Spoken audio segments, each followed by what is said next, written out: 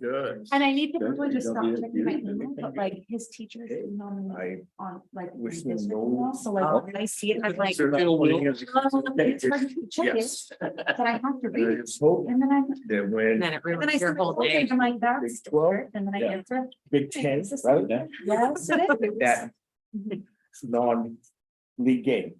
Is it. It has to be. There's All right. no other reason. It's 6 o'clock. We'll call the council meeting to order. Please stand for the pledge of allegiance.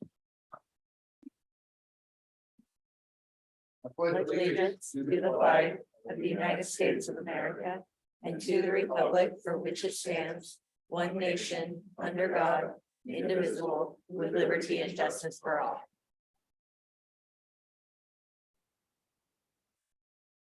Roll call of the council, please. Smith, Here.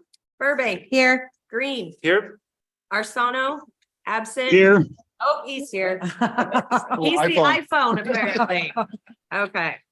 Tremblay, Here. Anderson, absent. Rose, Here, Perfect. Okay, entertain a motion to excuse council member Anderson. Anderson now, not McKenzie. I gotta get over that. Move to excuse Councilmember Anderson. Second. All in favor? Aye. All opposed? Perfect. Thank you, council. All right, do we have any additions, corrections, or deletions this evening to the agenda? Make a motion, we approve the agenda as presented. Second. All in favor? Aye. All opposed? Thank you. All right, public comments. Do we have anybody? Oh, okay, yeah. Go, yeah, come on up if you want to check the list. We'll see if we have anybody else. Sunstrom. Yep, Marv Sundstrom, Sheets Road in Buckley. Good evening, Mayor, council members. Here to speak on the housing action plan. My family has a large lot, was never contacted about development of this plan. So I had some concerns about it. I know the nation has a housing affordability issue. But I think we should allow the cyclical nature of the markets to work. There are things like COVID and Ukraine, which caused the spike of the housing market. And those are things we can't fix. I've owned 3 homes with my family. We purchased all of them when we could afford them. All of them needed lots of labor. We would have moved to cities we really liked, but we could not afford to. So we moved to areas we could afford to. This is how life works, and we adapted and moved forward. The housing action plan, the meeting notes, from what I got out of it, had 11 individuals that were involved in the meetings. I don't know who they were. It wouldn't identify them. It only said that they couldn't be identified for reasons, don't know why. I don't know who the group of stakeholders were, who identified who the stakeholders would be, what was used to identify them, and were any council members involved in this housing action plan. In the plan, it talks about lot size averaging. What is this? In closing, the report and plan is very complex, the way I read it. It would require several person hours of commitment. And is this something the city wanted to challenge with the budget we have currently? Thank you very much. Thank you, Marvin. Let's see, we have Peters.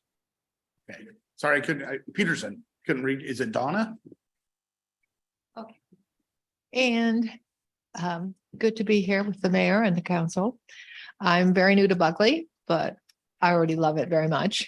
And I just wanted to know, on being new, I don't know how you handled COVID last time, but I'm very interested in the town having the schools stay open and having the businesses thrive rather than how it happened in Bonnie Lake, which was disaster. Many businesses closed. So I'm hoping that the council will take that to heart and consider leaving most of that open and not scare us to death. So thank you for your time. And what was your first name again? Donna. Donna, it is, okay.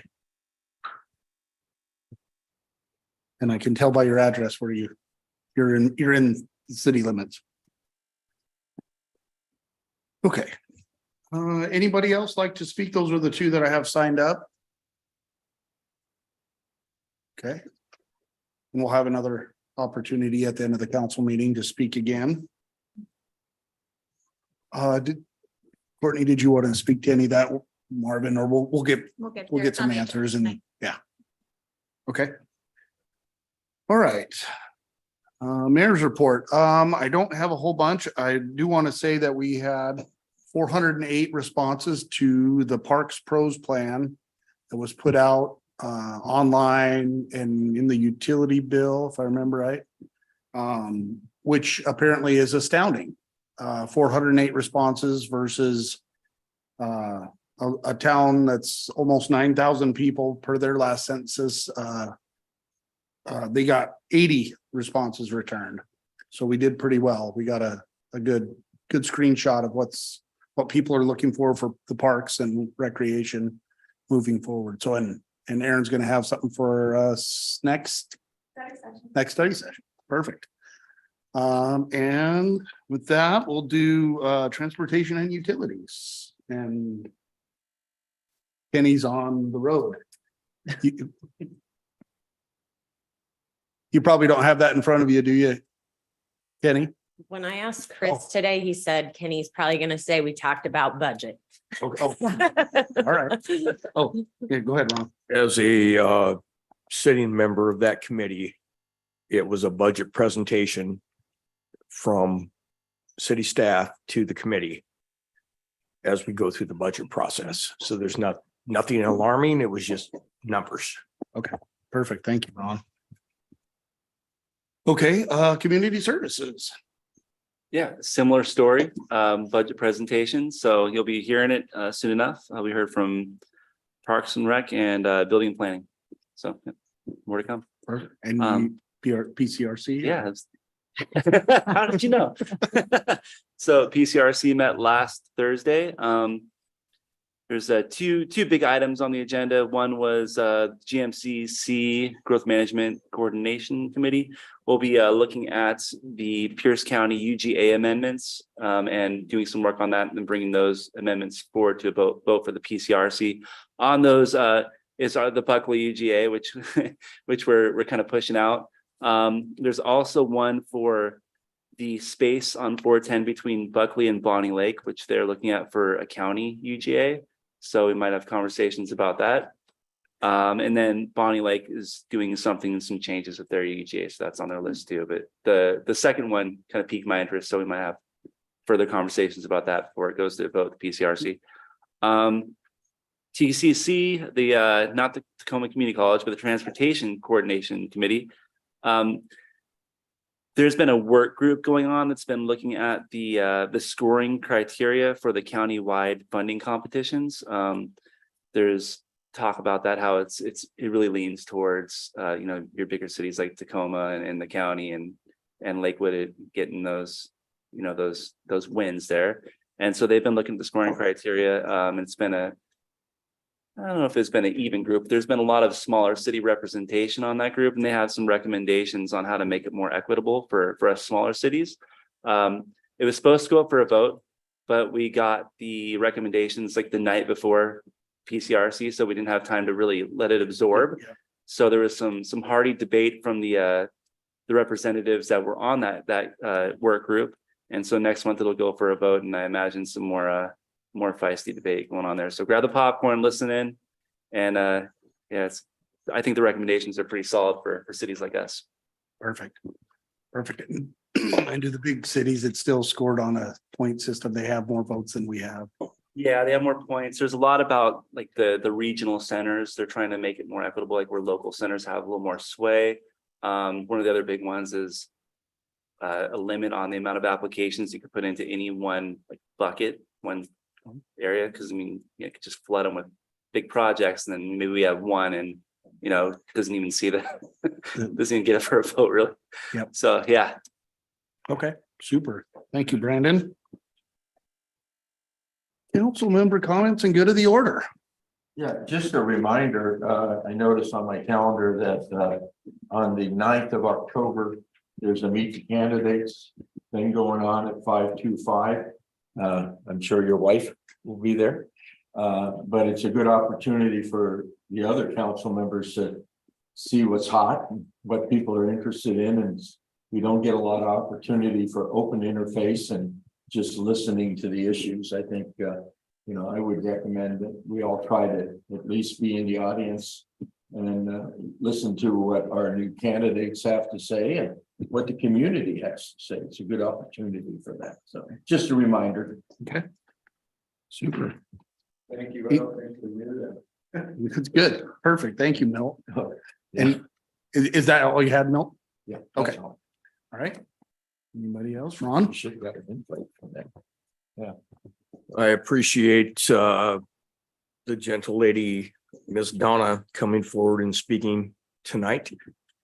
And obviously, any COVID stuff that comes down from the state government or the federal government we can't do much about it. And the schools here, the White River School District, is bound by what comes out from OSPI. And I hope and pray that this doesn't happen again. But I appreciate her sentiment of what happened last time, and it is what it is. Not that it's right. Thank you, Ron. We've got Lynn, do you have anything, or Kenny? No, I don't. I don't. Okay, thank you both. All right, on to the consent agenda. On tonight's consent agenda is approval of the minutes of the April 4th City Council Study Session, the April 18th Special City Council Study Session, July 11th City Council Meeting, and the July 12th Special City Council Meeting, claims and payroll.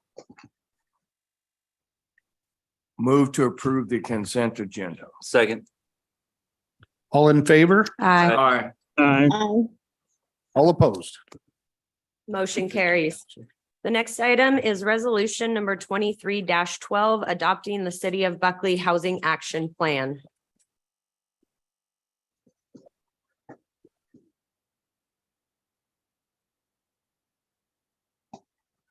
I was listening to the public comments and I can only answer a little bit of it. Mayor, can we have a motion and second before we have Oh. this on the table? Did we not? I don't think so. I make a motion to approve the Buckley City Housing Action Plan. Second. Okay. Thanks, Treva. Okay, Okay, so this is the second reading. Since then, it's also been to the Planning Commission.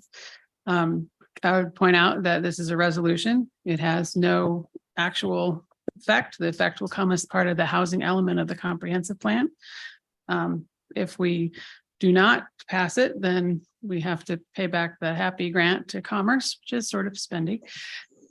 I'd also like to say that the survey participation for the PROS plan is very much in line with the survey participation we've had for the other comprehensive plan elements. This town has a tendency to respond at the rate of about 10%, which is about twice as many as you need for statistical significance. If we remember to write our surveys in a way that or quantified that. It is a very large housing action plan. The vast majority of it is coming from things that are outside of our control. Pierce County planning policies, multi-county planning policies from PSRC, legislative stuff that's come through in the last couple of years, including a huge legislative agenda that came through this year. So many of those recommended policies and procedures are the actions that we need to take are not necessarily going to be optional for us. We have to find a way to, at the very least, encourage affordable housing. And there are, what was the lot averaging was, I think, one of the questions. So right now we have a rigid zoning code for most of our zones. The vast majority of this town is zoned either R6000 or R8000. That corresponds to the size of the lot, 6,000 square feet versus 8,000 square feet. In averaging, instead, I could take a parcel and allow some of them to be maybe 4,500 square feet and others to be larger than that. It allows us to deal with critical areas, funny shaped lots, those kinds of things. One of the other things we could do is allow in lot averaging for rounding upward. So right now, if you have enough to make 4.5 lots, you make 4 lots. And so one of the things we could do is allow that 5th lot. We just had a pre-application meeting last week where we had a conversation about, did you know, in addition to single family homes, you could do townhomes here. So you could get 4 single family homes or 5 townhomes in a single building. You did not know that. We already have adopted much of the missing middle housing that was such a big deal for many cities because we already allow duplexes and in most places triplexes, quadplexes, and more, as long as it meets minimum lot sizes. So in terms of who was on the stakeholder committee, I was not on the stakeholder committee. It was brought together by our consultants at the time, and it had to do with people who were volunteering, who wanted to be on the committee itself. That was not our only input. We also had a survey for input that was, like the PROS plan, very well responded to. So we tried to make sure that we were balancing the comments as they came in and somehow keep Buckley while still meeting all of these massive requirements that are in that Appendix D from the regulatory thou shalts, whether you like it or not. I would also like to add that the stakeholder advisory group is identified on the back of the cover page for the housing action plan itself. This document was, at least in my packet, after all of the appendices. And then if you turn to page 2 of the document, it does outline the planning process, including the housing needs assessment, the timeline for all of that, and the different times that prior to this final phase of adoption over the last month, council and the planning commission had an opportunity to review it for input. And from my recollection, there's lots of moving targets within this that will be There are, adjusting. and we will be involving the public when we get into the housing element, which is the next thing for our comp plan work. Right now, our consultant framework is working on the Parks, Recreation and Open Space plan. And then their next move is to work on the land use element. In-house, my department, since we've already done all this huge amount of work, we'll be working on the housing element, but all of those things have to be coordinated with each other. Okay, super, thank you. Does anybody have any questions? Oh, Mill. First of all, thank you for working on this. I didn't get a You're welcome. chance to chat at you and I wanted to thank you for incorporating some of the comments that I had forwarded to Courtney about, Buckley noticed. specific lot sizes and issues, because the old part of town is a little different animal because it was made up of 40-foot lots and but I did want to address Marvin's concerns a little bit that, we are becoming a non-affordable community. We're well beyond becoming, Huh? we're well beyond becoming Yeah. there. Well, and it shows in a number of ways. First of all, I hear a lot from our teachers and the folks that work in our community can't find a home that they can afford to live in. And it's to our benefit to have them in our community so that they can model behavior for our kids. And not only that, but a lot of other lower paid workers that we need for the jobs that are in our industrial parks and whatever, people can't find a place to live. And it's not excluding the upper end, it is just finding a good mix and making so that people can live somewhere that they can live, work, and play, learn and play. So I want to thank you for your efforts. Thank It's you. not going to happen overnight, but it's something to aspire to. And it's not going to be forced on anybody. It's just going to give options is the way I see it. And with respect to the work part, it's rather important, Yeah. because if you want to have that, there needs to be jobs. There needs to be a grocery store, Yeah. doctors, dentists, those Yeah. kinds of things. The next element that framework will also be working on is after this, land use and economic development. Yeah. All of these things, because it's a comprehensive plan, obviously they all tie in with one another. Brandon. Ms. Terrell, it's good to see you again. Thank you, sir. Thanks for speaking to some of the questions that came up during public comment. I have a couple questions in here. I missed the last session, so sorry if I'm late to the party. Under A13, can you elaborate a little bit on codify incentives to encourage the conversion of single-family residences to forms of missing and middle housing? What does that look like? That would be, so I have an actual example. Can't believe it. 419 Main was originally one single family home, but the zoning allowed for 3 units. So they did a residential conversion from 1 unit into a triplex. So it's that sort of thing. It's allowing for distinct and separate residences within that one building is one strategy for getting there.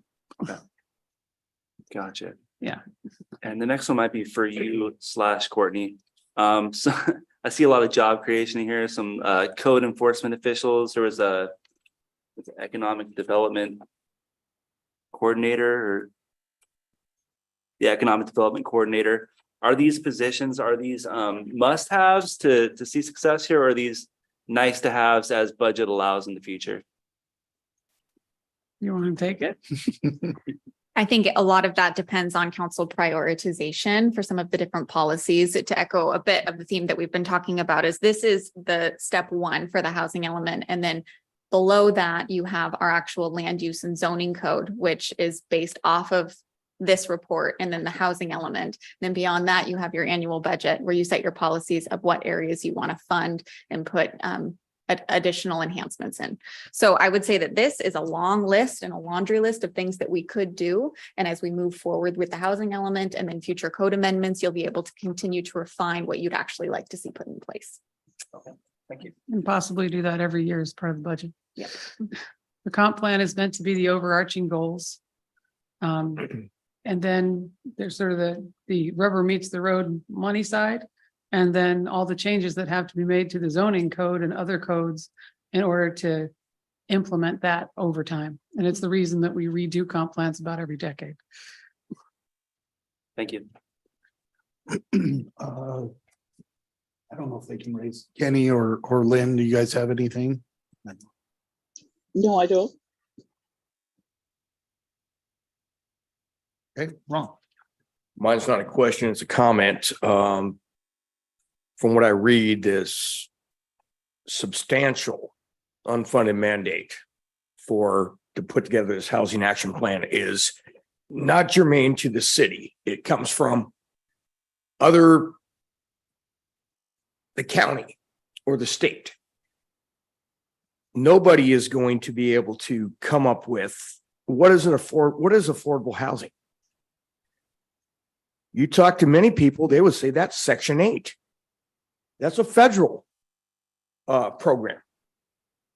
We had a resident stand up and talk about having property available to develop, and nobody's contacted them. I mean, this is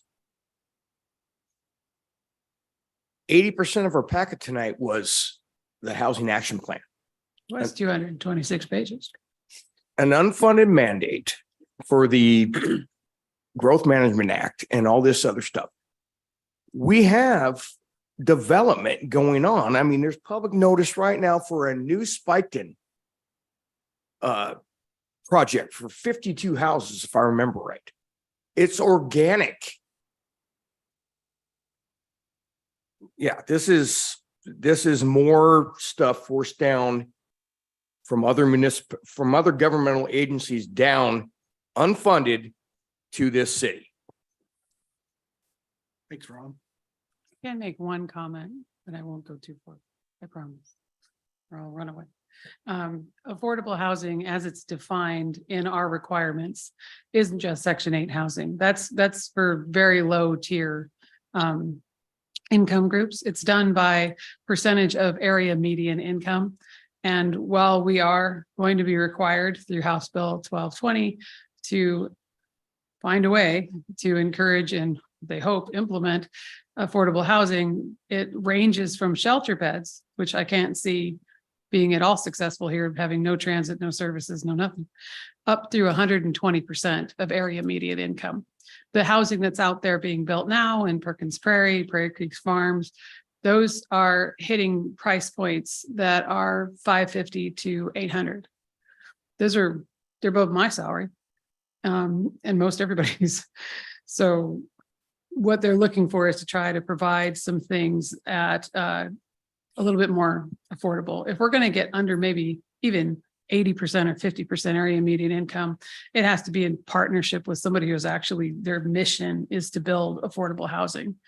Other things we can do as townhomes, duplexes, maybe another mobile home park. Nobody ever talks about that, but it's an affordable way of living in a detached way. I partially grew up in a single wide, so but it's more of a range than that. And yes, I hope that there will be more money that comes down. They've certainly spending and splashing money around everywhere else. But the best we can do is plan for and accommodate and Make it an option. yeah, and provide for options. Thank you, sir. Okay. All right. Any other discussion before we vote? Okay. Is this roll call? No, just standard. Okay, all in favor? Aye. Mm, We didn't hear Oh. Kenny. All opposed? No. No. Two noes. Two no's. Motion carries. The next item on the Thank you. agenda is RCO Local Parks Maintenance Program Applicant Authorization.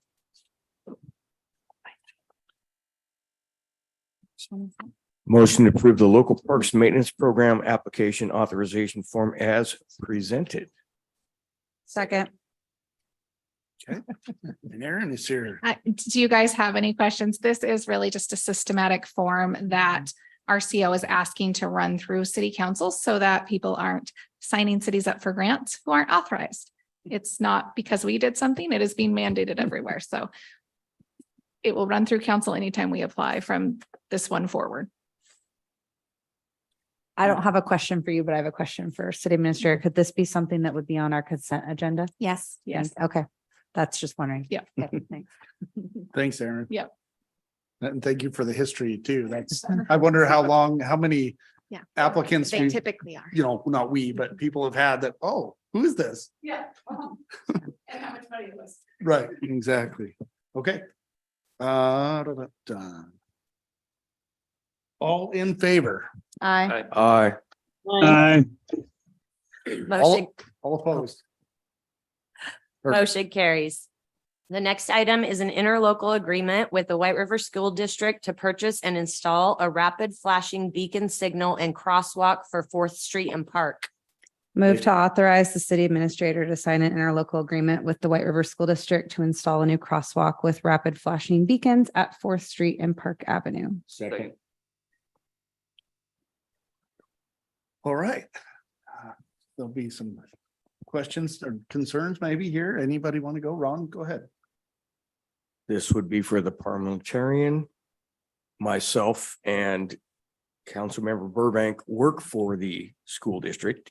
We did not advocate for this at all. We weren't involved in any negotiations, so we're able to vote. Yes. Yes. Perfect. Good, great. Thank you, Ron. Good, very good. Okay. Any other comments, questions? No. Just appreciate the school district working with us for the safety of our kids. And we need to do more of that.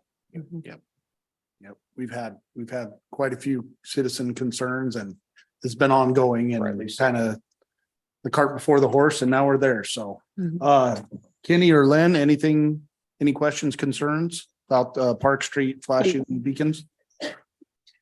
The crossing with flashing beacons is very appreciated. I live on North Edith and it's terrorizing how fast people are coming down Park Avenue and not paying much attention after they make the corner off of 410. So I think it's a wonderful thing. That's all I have to say. Okay, perfect. Thank you.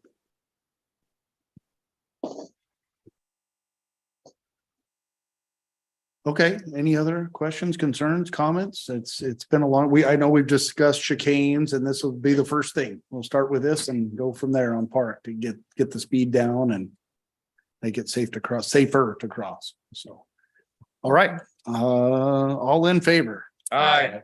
Aye. All opposed? Motion carries. The next item on the agenda is the Hinkleman Road Improvement Project Change Order Number 1. Move to approve change order number 1 for the Hinkleman Road Improvement Project. Second. Chris is not here, but I I'm think. happy to answer any Oh, questions. where's he on? No. No, okay. just me. I'm Okay. happy to All right. answer any questions.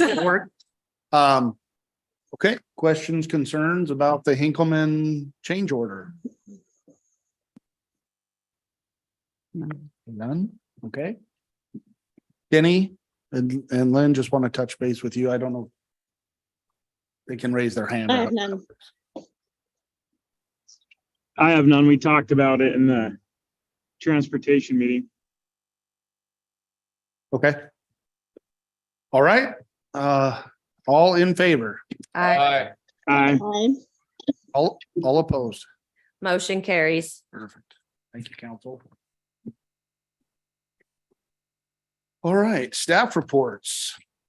Just one thing to share this evening, Mayor. We are moving forward with replacing the carpet and the entryway for court security the October 20th and 21st. So that may do temporary interruption for the senior center operations on the 19th through the 23rd, because we're having to vacate everything in those offices out here. This project was originally planned for February and then July, and due to extenuating circumstances has been rescheduled. We are moving forward in October.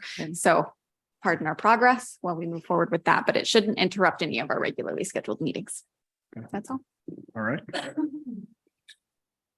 Okay, public comment again. Let's see if we have anybody else like to speak. Jay, if you have anything or.